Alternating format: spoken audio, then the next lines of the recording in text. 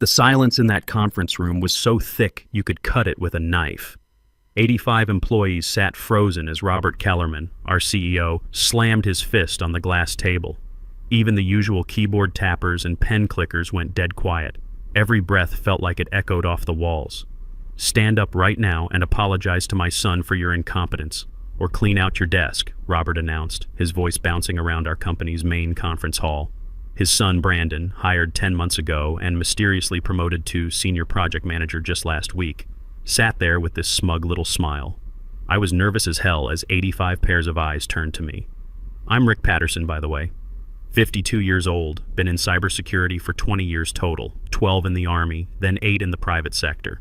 Last 4 years here at Secure Tech Defense Solutions. Never thought I'd be sitting in a corporate firing squad at this stage of my career. I stood up slowly, chair scraping against the floor in that dead silence. The walk to the front felt endless, each step echoing like a countdown timer. Robert's smile got wider, thinking he had me trapped. He figured I'd crumble under public humiliation rather than lose the job I'd held for 4 years. Guy never really knew me at all. I connected my personal device to the display system. The projector hummed to life. "I believe this will clarify the situation," I said, keeping my voice steady. Robert's smile vanished when I didn't launch into an apology. Instead, I tapped the screen. Brandon's voice filled the room. "Dad, I totally screwed up the secure bank penetration test. I accidentally exposed their live database credentials in my report. But don't worry, I already told everyone it was Rick's fault." Then Robert's unmistakable voice. "Perfect, son. Keep blaming him for everything. Once this $200 million government contract goes through, we'll restructure anyway. Just hold tight until our bonus clears." Shocked gasps rippled through the room. Robert lunged toward me, his expensive shoes clicking on the carpet. "That's private. Turn that off immediately." Our board chairman, William Hayes, held up his hand. "Continue," he said, his face hardening. I nodded and played the next recording. "Just delete his security protocols before the Pentagon meeting," Robert instructed. "Say there was a version control issue. We need them to see only your framework, Brandon."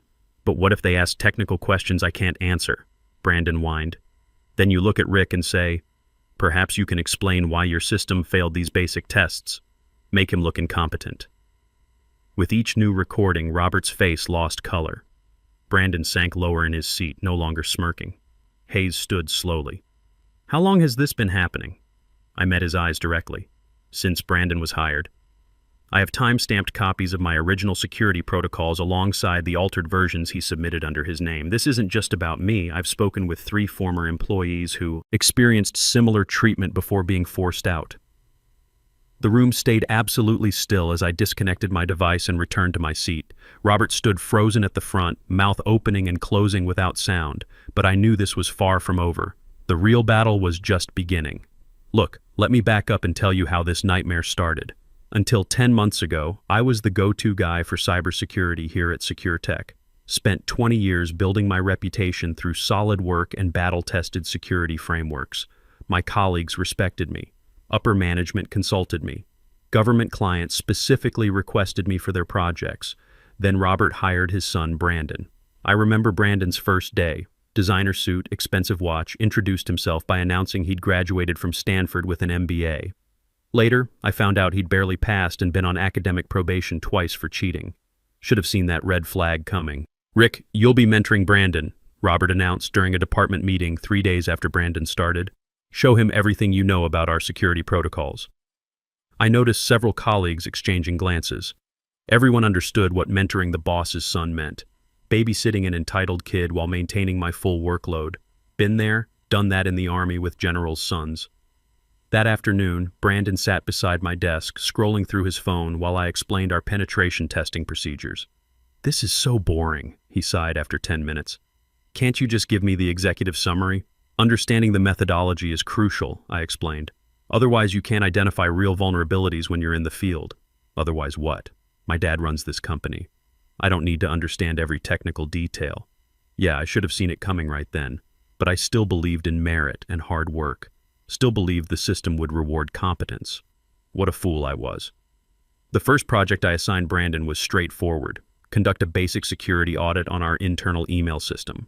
I gave him templates, clear instructions, and my direct extension for questions. Standard stuff we'd done 100 times before.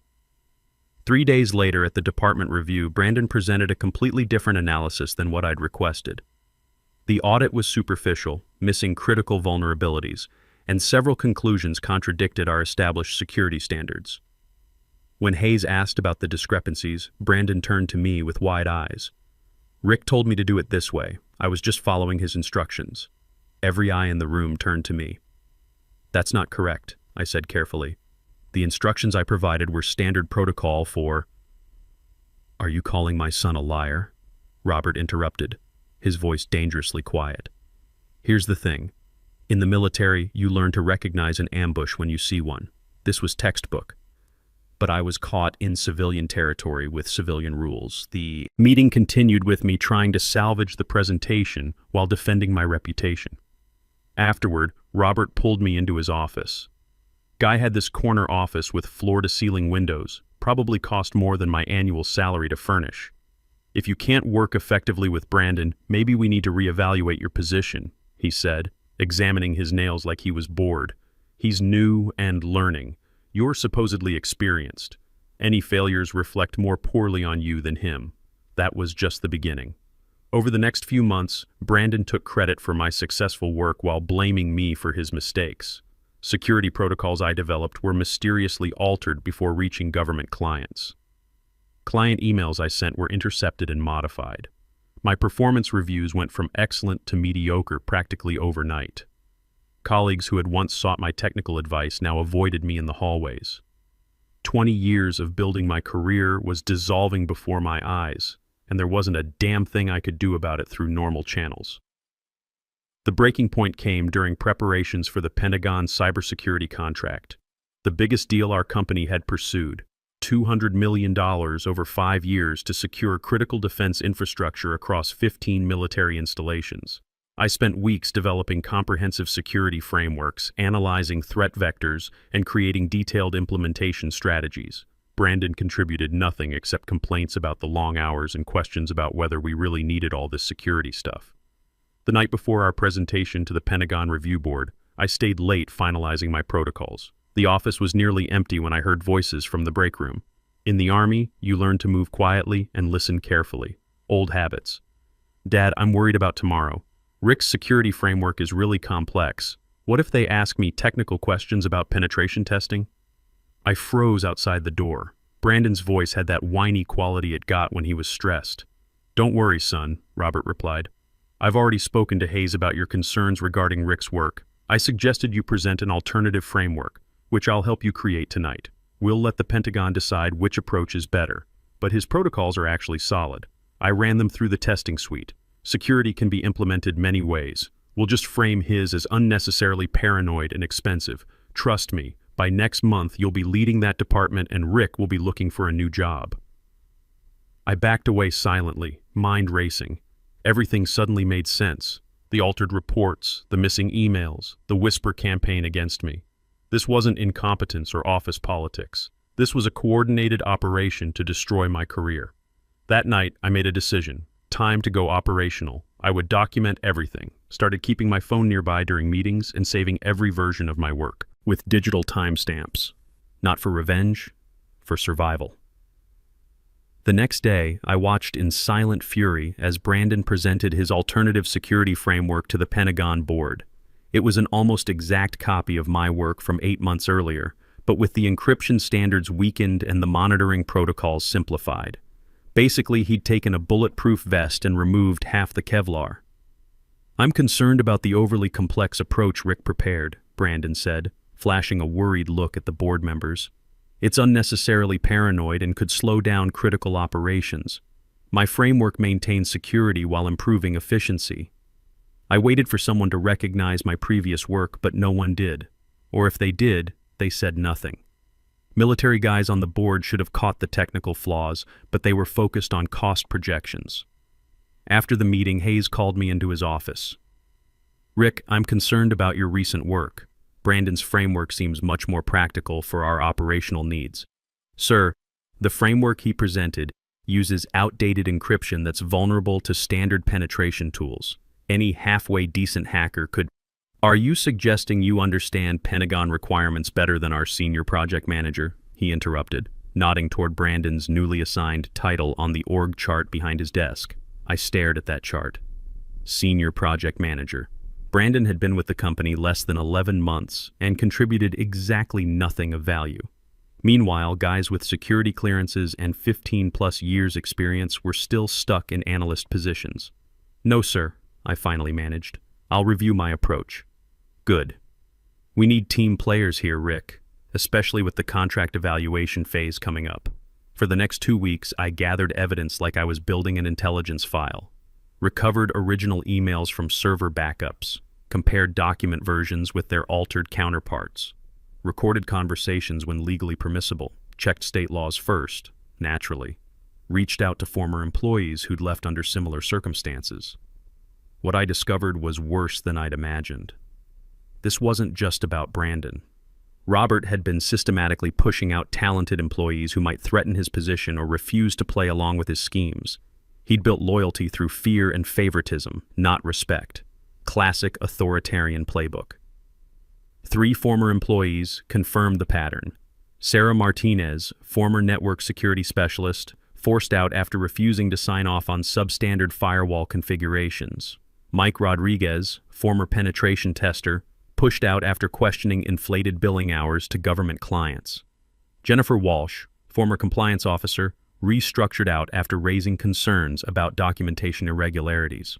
All had families. All had needed their jobs. All had kept quiet to protect their references. Then came the week that changed everything. The Pentagon contract was proceeding based on Brandon's flawed framework, and security issues were emerging exactly like I'd predicted. Rather than acknowledge these problems, Robert decided to find a scapegoat. Me. The morning before the all-hands meeting, he cornered me in the elevator. "Tomorrow's meeting won't be pleasant for you," he said with that tight smile he probably practiced in the mirror. "But if you publicly apologize for your mistakes and acknowledge Brandon's superior work, I might consider keeping you on in a reduced capacity. Maybe move you to our internal IT support team." I looked him directly in the eyes. "And if I don't? Then empty your desk before you leave today. Your choice, Rick. But understand, I have connections throughout this industry. One phone call from me, and you'll never work cybersecurity again." The elevator doors opened, and he stepped out, confident in his victory. He had no idea what was coming. That night, I couldn't sleep. My career, my reputation, my daughter's college fund, everything I'd worked for hung in the balance. Was I really prepared to risk it all? At 52, starting over in cybersecurity isn't exactly easy. Most companies want young hotshots, not graying veterans. As dawn broke, I made the call that would change everything. Dialed up Jonathan Hayes, a buddy from my Army days who now worked cybersecurity for the Defense Department. We'd served together in Iraq, and John understood the importance of operational security better than most. "John, it's Rick. I need you to witness something today. Everything all right? You sound like you're planning something." "Maybe I am.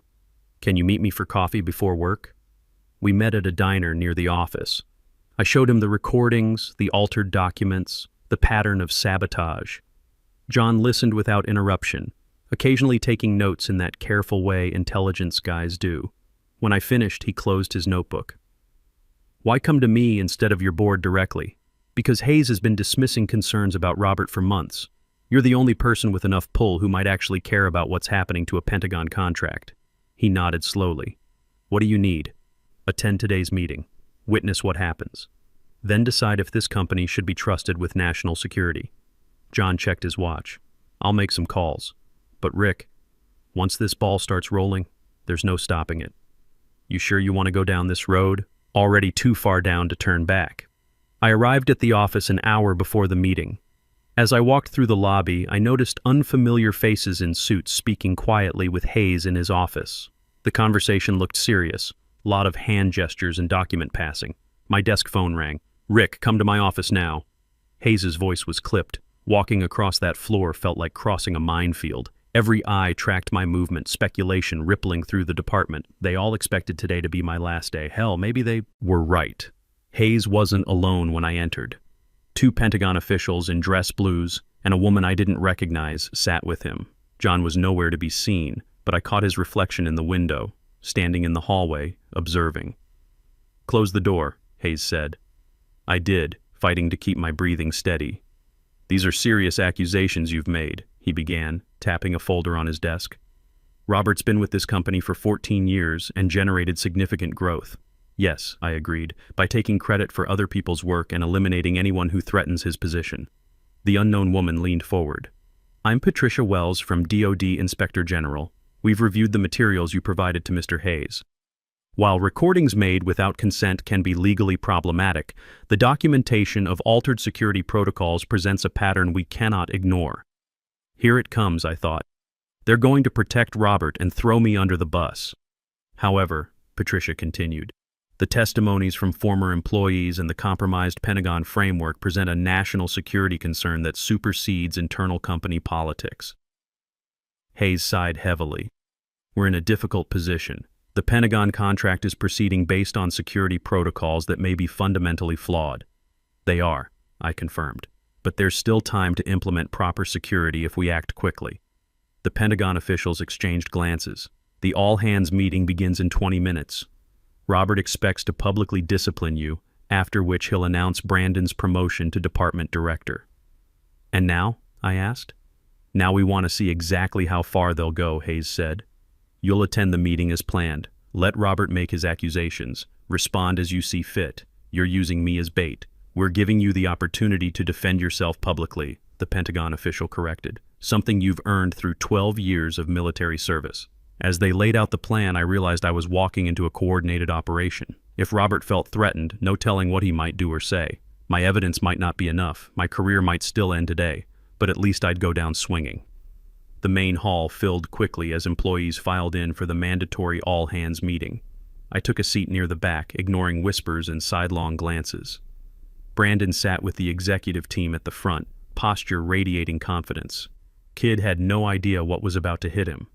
Robert stood at the podium reviewing his notes, occasionally looking up to scan the room. His eyes found mine. He smiled that predator smile. Hayes opened with standard announcements about quarterly goals and upcoming projects. Then he turned the floor over to Robert. "Thank you, Bill. Before we discuss department updates, there's a personnel matter we need to address." His voice carried easily across the room.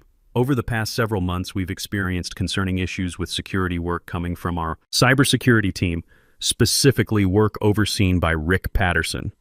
A murmur rippled through the audience. "Here we go." "Most recently, his flawed security protocols nearly compromised our Pentagon contract. Fortunately, our senior project manager Brandon identified the problems and provided corrected frameworks." Robert's gaze swept the room like a sniper acquiring targets.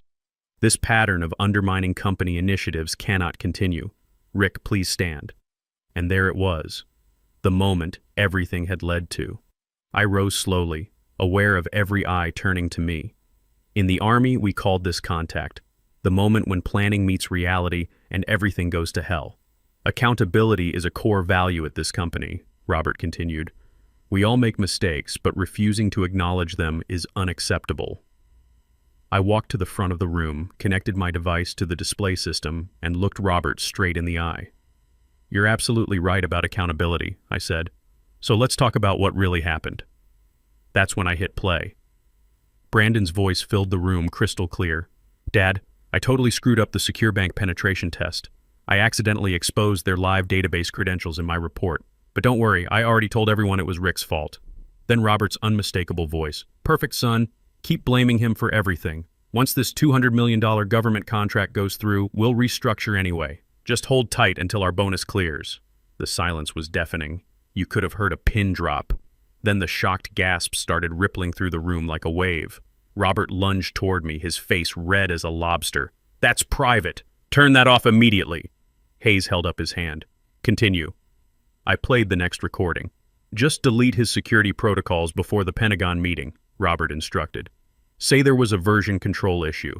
We need them to see only your framework, Brandon." "But what if they ask technical questions I can't answer?" Brandon whined like a kid who forgot his homework. "Then you look at Rick and say, perhaps you can explain why your system failed these basic tests. Make him look incompetent."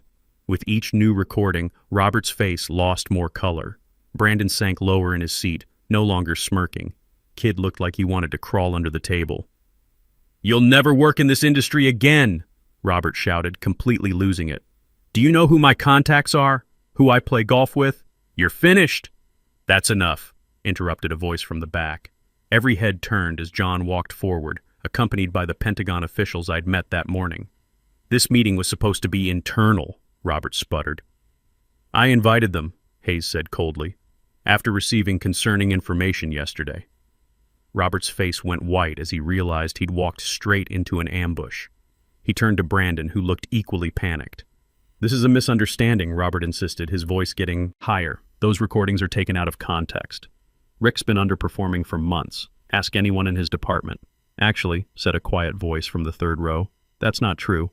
Sarah Martinez, a junior security analyst I'd barely spoken to in weeks, stood up. Took guts for a junior employee to speak up like that. "Rick trained me when I started 2 years ago. Everything I know about penetration testing came from him.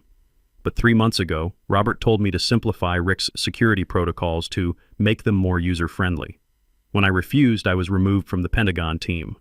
One by one, other colleagues stood up. Each had a story. Pressure to alter security standards, instructions to exclude me from meetings, directives to report my non-existent mistakes. Robert looked wildly around the room, his carefully constructed empire crumbling. "Brandon, tell them. Tell them how Rick tried to sabotage you." All eyes turned to Brandon, who seemed to shrink in his chair like a deflating balloon. I just did what you told me to, Dad."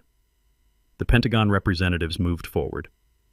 "Mr. Kellerman, we need to speak with you privately about these allegations, particularly as they relate to the security protocols presented to the Defense Department." Robert grabbed Brandon's arm. "Say nothing without our lawyer present," he hissed. Then, trying to salvage some dignity, he straightened his jacket and addressed the room. "This is a witch hunt based on misleading evidence. The truth will come out." As security escorted them from the hall, Hayes stepped to the podium. "This meeting is adjourned. Department heads, join me in the conference room immediately. Everyone else, take an early lunch. We'll send communication this afternoon." People filed out in stunned silence, some offering quiet words of support as they passed. Others looked away, probably ashamed they hadn't spoken up sooner. Hayes approached as the room emptied. "That took guts," he said quietly. "More than I've shown clearly." 3 months later, I'm sitting in my new office, Robert's old corner office actually, reviewing applications for our expanded cybersecurity team. The Pentagon contract proceeded on honest terms after we implemented proper security protocols. Our stock took a hit when the scandal broke, but recovered quickly as clients responded to our new transparency initiatives. Most importantly, we implemented a comprehensive whistleblower program designed with input from employees who'd been victimized. No one would ever face what I had faced. My phone buzzed with a text from John. "Lunch today. Have updates on the new DoD security standards." I smiled, remembering how it all began. Not with some grand plan for revenge, but with a simple refusal to be silenced. Sometimes the most powerful thing you can do is simply tell the truth, no matter who doesn't want to hear it. The company promoted me to Chief Security Officer with a 40% salary increase. Brandon ended up taking a gap year that's lasted 3 months so far. Word is he's working at his uncle's car dealership, learning what real work feels like. Robert? Last I heard, he was facing federal charges for defense contract fraud. Turns out the FBI takes a dim view of compromising national security for personal gain.